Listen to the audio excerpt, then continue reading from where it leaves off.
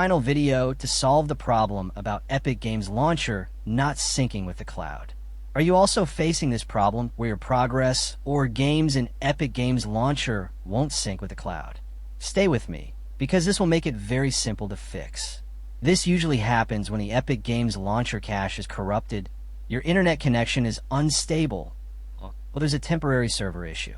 Many people get frustrated because they can't continue their progress on another PC, or new updates don't appear properly. You may see many solutions online, but most of them are complicated. They tell you to edit files deep in Windows, delete folders manually, or reinstall the launcher completely. When I faced this problem, those methods wasted my time. But I solved it with one secret easy trick that fixes cloud syncing in just a few minutes. If you want to make a full step-by-step tutorial on how to fix Epic Games Launcher cloud syncing, just comment down below. I will show you the easiest method, so your games and progress sync correctly every time.